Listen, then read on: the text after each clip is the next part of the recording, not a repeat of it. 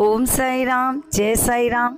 Sai Gita channel के माध्यम से और बाबा की लीलाओं की तो बात ही क्या है। बाबा किस तरह से लीलाएं करते हैं, किस तरह से कृपाएं करते हैं, वो सब आप जो साईं भक्त हैं सबको पता है कि बाबा किस तरह से लीलाएं करते हैं। ये बाबा किस तरह से मेरे घर आए रंग पंचमी पर शिरडी से, ये एक अद्भुत कथा है। इसकी भी वीडियो आपको देखने को मिलेगी, लेकिन अभी सबसे पहले मैं आपको अभी फ़िलहाल में रामनवमी महोत्सव पर गई थी मैं शिरडी धाम बाबा के। तो बाबा ने किस तरह से मुझ पर कृपा की, किस तरह से अपनी कृपा बरसाई, वो मैं आपको बताना चाहती हूँ। मेरे साथ एक नहीं, पता नहीं बाबा ने कितनी बार वहाँ पर अपनी कृपा बरसाई, वो सब मैं आपसे शेयर करना चाहती हूँ, क्योंकि मैं चाहती हूँ कि हमेशा मेरे ऊपर बाबा की कृपा बनी रहे। कहते हैं ना, जितना आप शेयर करेंगे, जितनी बाबा की लीलाओं का गुणगान करेंगे, बाबा की कृपा उतनी ही होगी, क्योंकि ये अद्भुत चमत्कारी बाबा हैं। अद्भुत कृपा होती है इनकी कृपा। कहते हैं ना, जब इनकी कृपा होती है तो जीवन धन्य हो जाता है। अभी मैं रामनवमी समारोह पर गई थी। मैं 22 साल से शिरडी जा रही हूँ, लेकिन पहली बार मुझे रामनवमी ध्वज समारोह देखने को मिला। पालकी बहुत बार देखी थी बाबा की, लेकिन ध्वज समारोह नहीं देखा। वो पहली बार देखा मैंने। उसमें क्या होता है कि जो ध्वज बाबा की द्वारका माई में लगाए जाते हैं, जो बाबा के भक्त ने मोड़कर जी ने दिए थे, वो ध्वज ऊपर लगाए जाते हैं द्वारका माई में। साल में एक बार चेंज होते हैं और वो जुलूस बहुत धूमधाम के साथ निकाला जाता है।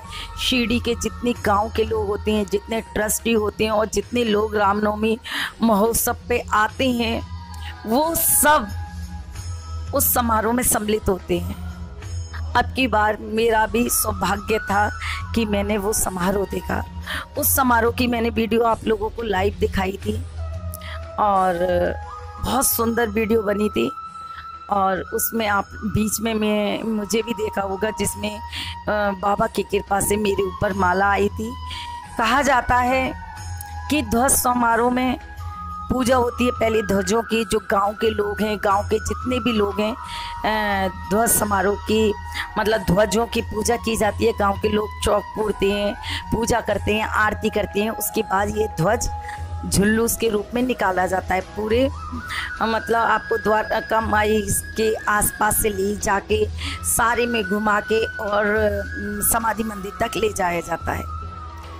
तो जब बीच में सारे ले जा रहे होते हैं तो उसमें मालाएं लटकाई जाती हैं। समारोह के उसमें मालाएं लटकाई जाती हैं।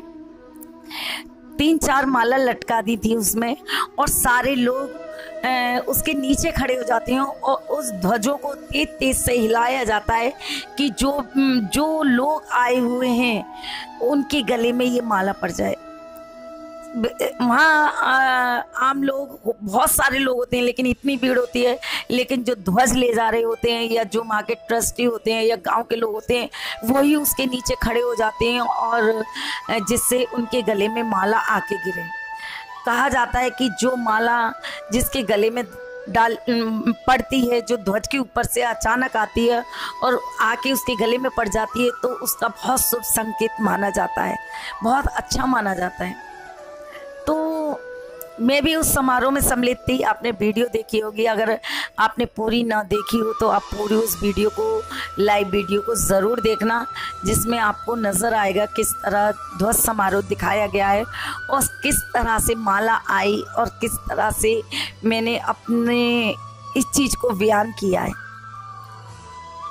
तो मैं बाबा से सिर्फ यही कह रही थी कि हे देवा, मुझे ज़्यादा कुछ नहीं चाहिए, मुझे सिर्फ आपका एक फूल ही मिल जाए, तो फूल तो गिर नहीं रहा था, मालाएं थी, लेकिन जो मालाओं के बीच में गुलाब की पत्तियां लगी हुई थी, गुलाब के फूल लगे हुए थे, गुलाब की मालाएं, तो वो गुलाब झड़ते हैं, तो वो सबकी झोलियों में आ रहे थे।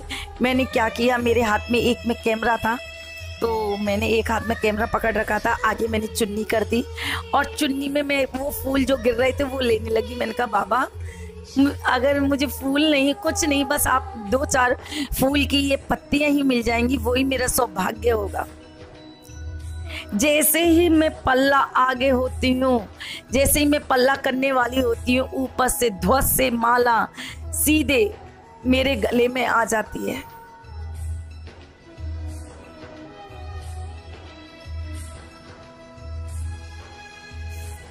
मैं बाबा से कह रही थी, बाबा मैंने तुमसे सिर्फ एक ही फूल मांगा था, लेकिन आपने वो माला मेरे गले में डाल दी। मुझे मान मिला, सम्मान मिला, सारे लोग कहने लगे हे माई तेरे गले में, हे माई। और उस दिन मेरा जन्मदिन था, वो बाबा ने मुझे गिफ्ट किया। जिस कहते हैं ना कि बाबा को भी तो कोई ना कोई गिफ्ट देना था। मैंने सोचा ही नहीं था कि इतना बड़ा कृपा बाबा की मेरे ऊपर होगी।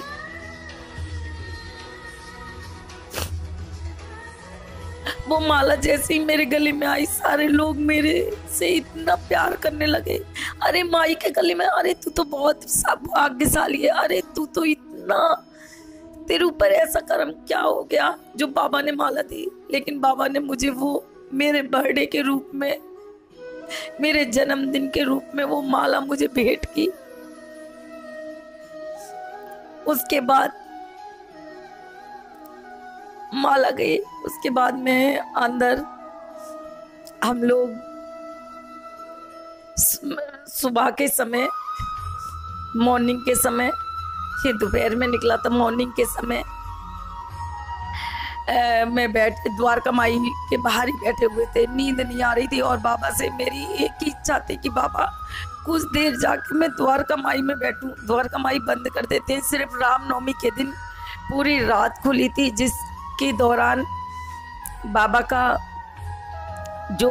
का आरती होती है वो भी नहीं हुई थी। पूरी रात मंदिर खुला था, सुबह तक मंदिर खुला था और द्वारका माई पूरी रात खुली रही थी। तो द्वारका माई के सामने मैं बाबा से यही कह रही, बाबा थोड़ी देर बैठ जाओ। मैं द्वारका माई के अंदर एंटर हुई, 2-3 बजे के करीब की बात है। एंटर करा और माँ मैं जाके थोड़ी देर, आधा घंटे बैठ गई, अंदर बैठ गई। तो बैठने के बाद मैंने बाबा को प्रणाम किया। बस मुझे वही दिन याद आ रहे थे जो कोविड से पहले बाबा की द्वारका माई में बैठते थे। और क्योंकि मैं जब भी जाती थी द्वारका माई में बैठ जाती थी, लेकिन अभी कोविड की वजह से काफ़ी टाइम से बाबा के द्वारका माई में हम लोग बैठ नहीं पा रहे थे। लेकिन मेरी यही इच्छा थी, मन में भाव यही हो रही कि बाबा मैं कुछ देर बैठ जाऊं। माँ पंडित जी नहीं बैठने देते, लेकिन पता नहीं बाबा की ऐसी क्या कृपा हुई कि मैं कम से कम 20 से 25 मिनट वहीं बैठी रही। जब मैं वहीं बैठी रही बाबा से बातें करती रही, जो मेरे दिल में चल रहा था वो मैं बाबा से बातें करती रही। अचानक से मैंने पंडित जी से कहा, पंडित जी मुझे एक फूल दे दीजिए, मुझे एक फूल चाहिए। तो माँ देते नहीं है, क्योंकि अभी ना फूल मालाएं इतना चढ़ाने दे रहे हैं, अंदर ले जाने नहीं देते, कुछ नहीं, वो कुछ नहीं दे रहे।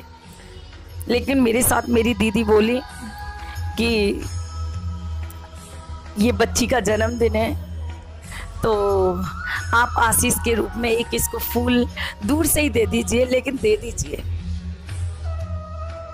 तो पंडित जी ने एक बार मना किया, बोले एक काम करो, जो ये बाबा की शिला जो रखी हुई है, जिस पे बाबा हैं वहाँ फूल रखे हुए हैं, उस पे से आप फूल ले लो। तो मैंने कहा ठीक है, मैं इस पैसे फूल ले लेती हूँ, मेरे लिए यही काफ़ी है। इतने में अंदर पता नहीं एक बुजुर्ग बैठे हुए थे, हो सकता है वो शिरडी गांव के ही होंगे, वो अंदर द्वारका माई में ही बैठे हुए थे। उन्होंने पंडित जी को बुलाया और बोले इधर आओ। जब उन्होंने बुलाया तो जैसे ही उन्होंने उनके कुछ कान में बोला, बाबा मेरे हाथ में है, जो एक एक शब्द है वो सच है। उन्होंने उनको बुलाया और कुछ कान में कहा। पंडित जी ने मुझे आवाज़ लगाई, रुको। एक नारियल लिया और बाबा की द्वारका माई में, बाबा के चरणों में रखा। जहाँ द्वारका माई के अंदर जहाँ चढ़ते हैं, अंदर जाना अभी मना है, बाहर से ही हम लोग दर्शन करते हैं बाबा के, लेकिन वहाँ बाबा के चरणों में उस नारियल को रखा और वो नारियल पंडित जी ने फटाफट उधर से आए, क्योंकि मैं बाहर निकलने वाली, फटाफट आए और मेरे हाथ में दिया। तो एक वो आशीष, मतलब बाबा ने मेरे ऊपर इतनी कृपाएं की, इतनी कृपाएं की कि मैं जितनी, अभी तो बहुत सारे एक्सपीरियंस हैं, वो मैं दूसरे वीडियो में बनाऊंगी क्योंकि ये बहुत बड़ी वीडियोस हो जाएगी। तो बाबा ने मुझे वो नारियल दिया, फूल दिए और एक बाबा का छोटा सा स्वरूप था वो दिया। तो हम कहते हैं ना, मांगने की जरूरत नहीं है, उससे कहने की भी जरूरत नहीं है। वो सब समझते हैं कि हमें क्या चाहिए, हमें क्या चीज की जरूरत है, हमारे दिल में क्या चल रहा है।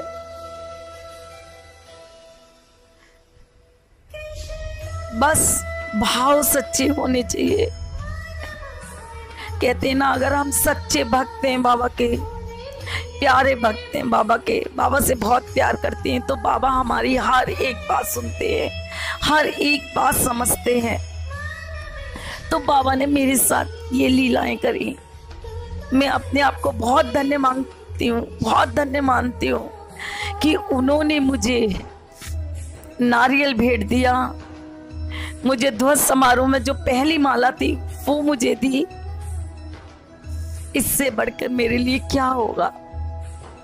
मैं बाबा को कोट कोट प्रणाम करती हूँ कि हे देवा, ये सब कुछ आपकी वजह से हुआ है। तो बाबा बहुत चमत्कारी हैं, बाबा बहुत चमत्कारी हैं। कहते हैं ना, बाबा बहुत चमत्कारी हैं।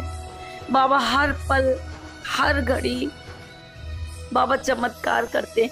कहते हैं ना, मोहे पल पल आवे याद साईं जी तेरी शिरडी, मुझे पल पल आवे याद साईं जी तेरी शिरडी। तो बाबा की शिरडी, बस बाबा से यही कहती हूँ, बाबा हर पल हर घड़ी बस अपने चरणों में जगा दो, हर किसी के जीवन में खुशियाँ दो। आप सबकी लाइफ में बाबा खुशियाँ दें, आपकी हर मनोकामनाएं पूरी करें। आपकी जो इच्छा है आप बाबा से कहिए, लेकिन सच्चे दिल से, सच्चे प्यार से। जैसे आप इतना प्यार अपनी माँ से करते हैं, जितना प्यार अपने बाप से करते हैं, उतना ही प्यार आपने देवा से करना है। तो देखिए, देवा आपकी हर मनोकामनाएं पूरी करेंगे। और अगर आपके पास बाबा के एक्सपीरियंस हैं या बाबा की लीलाओं की कोई भी आपके पास लीलाएं हैं या बाबा के अनुभव हैं, तो प्लीज़ शेयर ज़रूर कीजिएगा। ओम साई राम, जय साई राम।